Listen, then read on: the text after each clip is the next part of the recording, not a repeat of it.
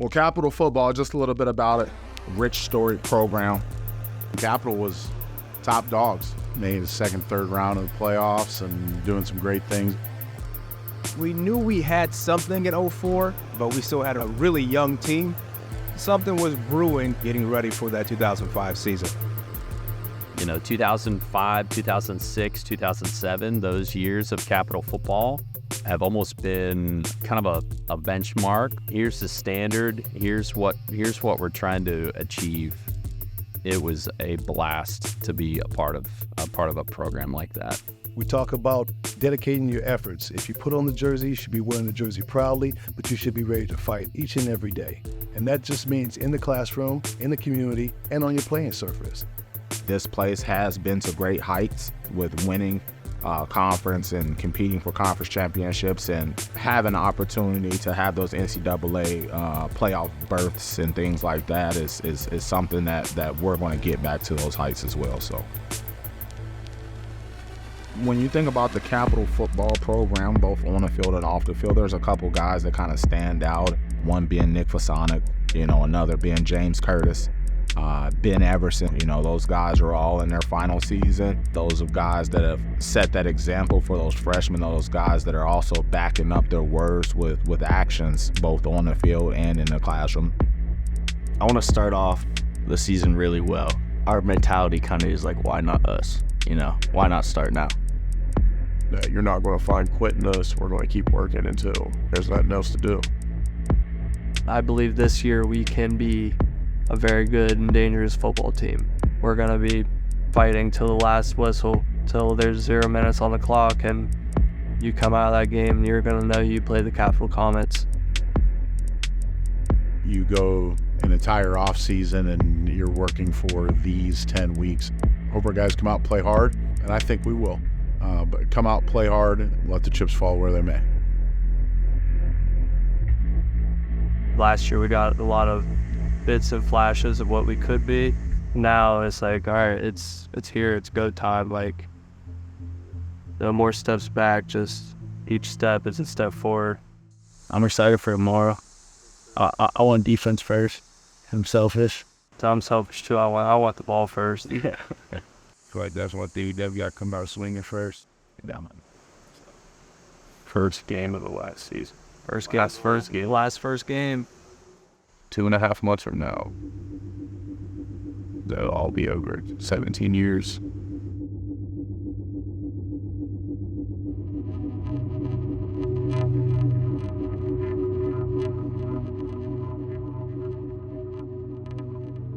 So I've done the Capital Walk ever since I was a freshman here. It's a great tradition. Walking through campus, seeing people sitting on the fountains, seeing the cheerleaders on the street, all the parents lined up right before the Cap Center. It really lets you know that you have community behind you, supporting you, and wanting you to do better. It's actually probably one of my favorite things since I've gotten here. Definitely one of the things that I take into account of, like, prior to a game, like, I'm excited for this to happen. I'm excited to see my parents and everything, give them one last hug and everything before we go to battle.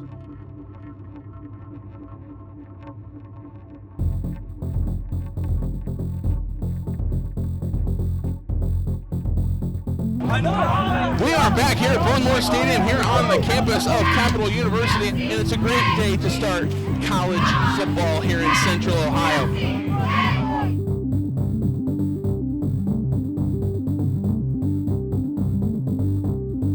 We came out swinging. Everson's going to go to the end zone for Yonker. It's the longest throw, but Everson gets it to Yonker. Touchdown, Comets! We started off hot that first drive. We scored a touchdown.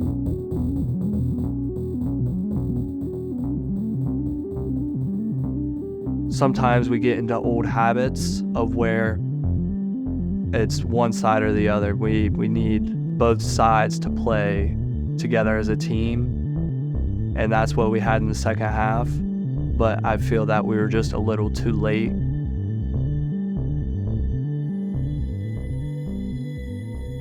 Big positive I take away from the game is we did not quit.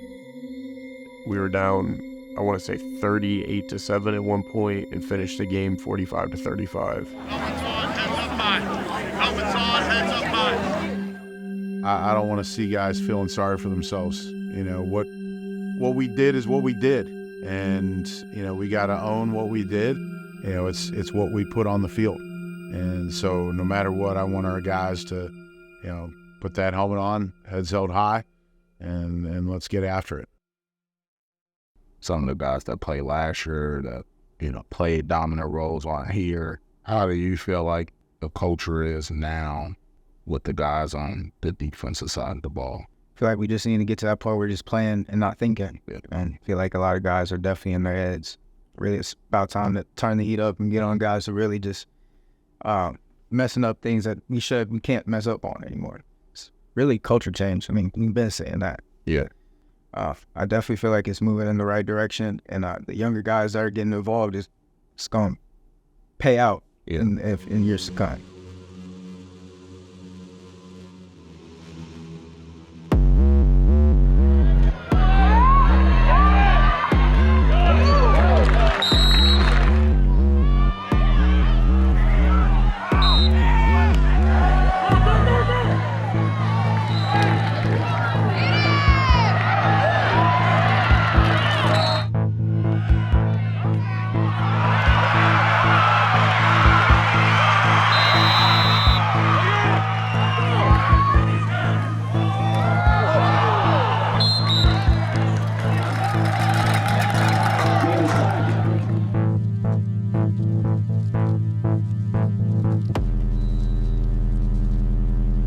Obviously, the outcome is not what we wanted, but I feel that we're progressing and taking the steps that we need to see. We took a big step forward from a practice standpoint and have done a good job, and it showed on Saturday. You know, I think you've taken a big step forward from a leadership standpoint too. Like we talked about, coach-led versus player-led.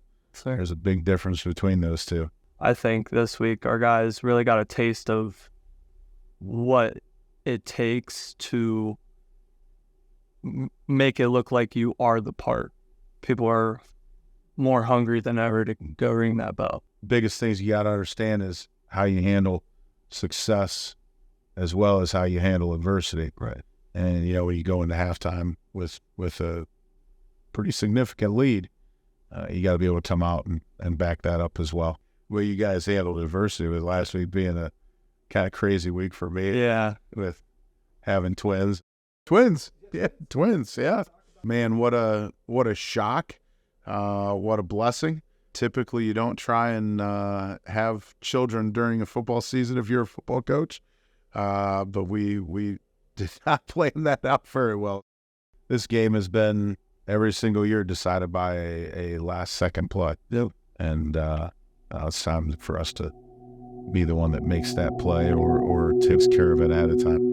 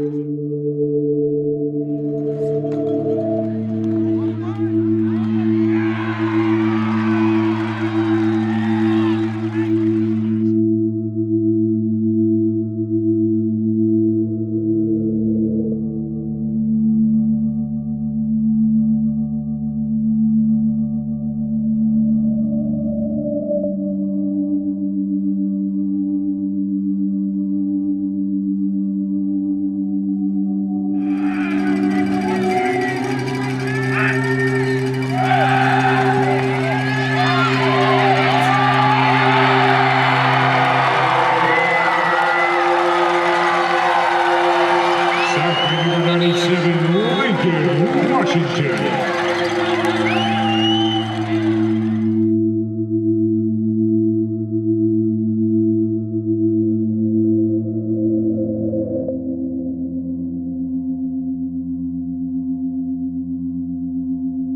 I was looking for a place to play right away, and Capital had an 0-8 record the year before. I didn't want to play for a losing team, but I wanted to play for a team I could get on the field.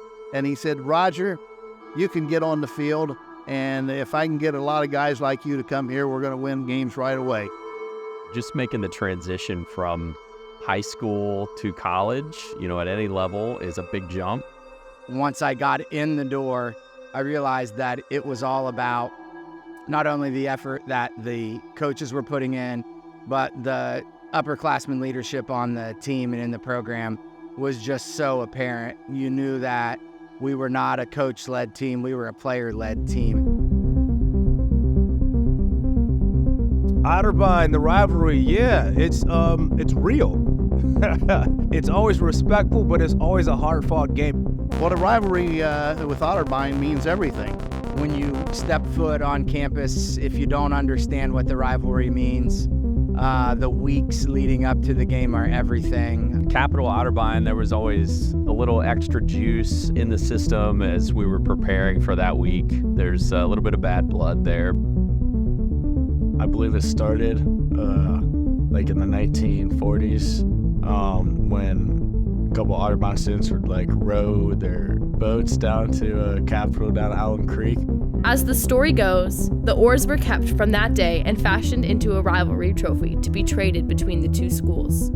The tradition isn't just a football tradition, it's just a kind of a competitive spirit across campus.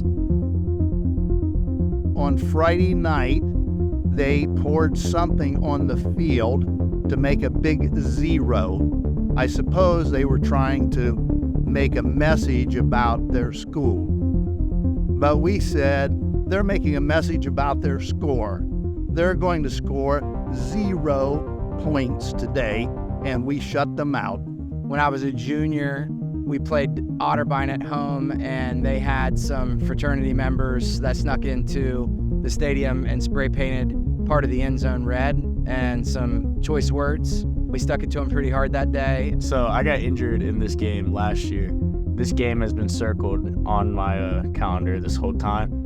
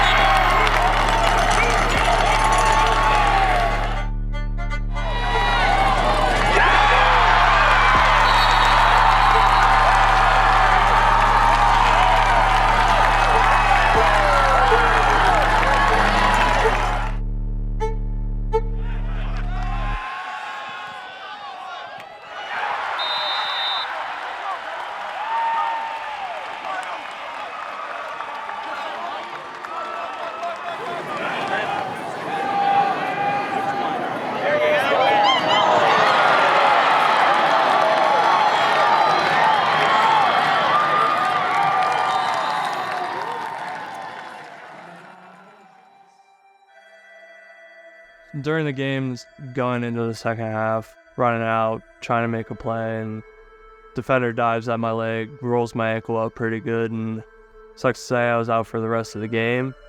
Donovan Duncan came to me, said, I got you, I'm going to win this game for you. Me personally, I thought he was going to get up, and I was like, come on, Ben, get up. And then he didn't get up, and I was like, oh, man, I got to go in. If we're being completely honest, I was scared out of my mind. You know, true freshman rivalry game, homecoming, you never experience anything like that. And I was always one of the bigger guys on the team. And then you come to college, everyone's just as big as you. Everyone's just as good as you. Everyone's talented. And that was a big wake-up call for me. Anytime that you have a quarterback coming in the game that hasn't seen many reps, You always wonder, how are they going to do?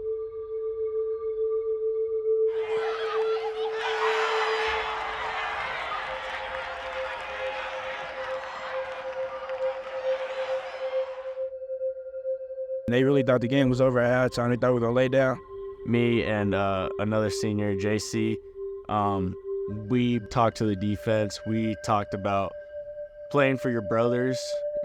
We just started going back and forth, just asking people how much they cared and how much they really wanted it. Everybody agreed, so that's what we asked them to do. We said, come out here and prove it to us. Prove that you're willing to put it all in the line for me. Prove that you're willing to put it all in the line for these seniors.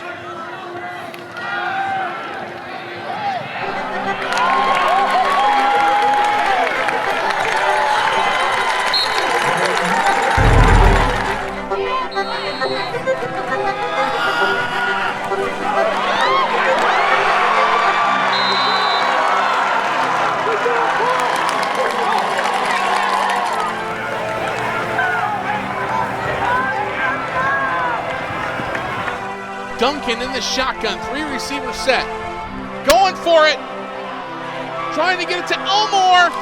Elmore has it! Mike Elmore brought it in!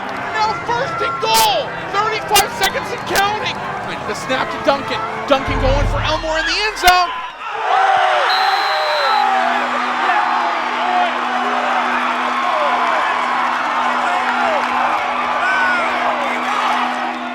You know, and what else you say about Mike Elmore other than just unbelievable?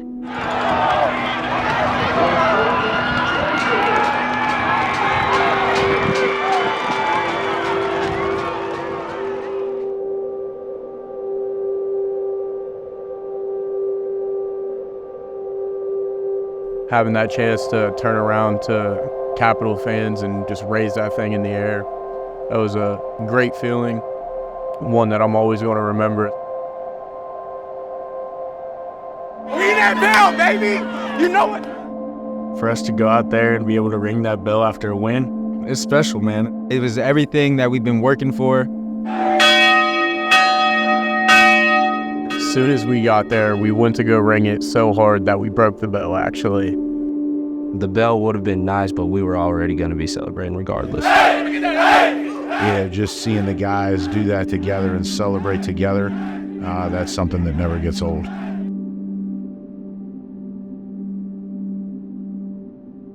For Capital to beat Otterbein this year and do it, on a last second touchdown catch, I mean, that play will go down in history.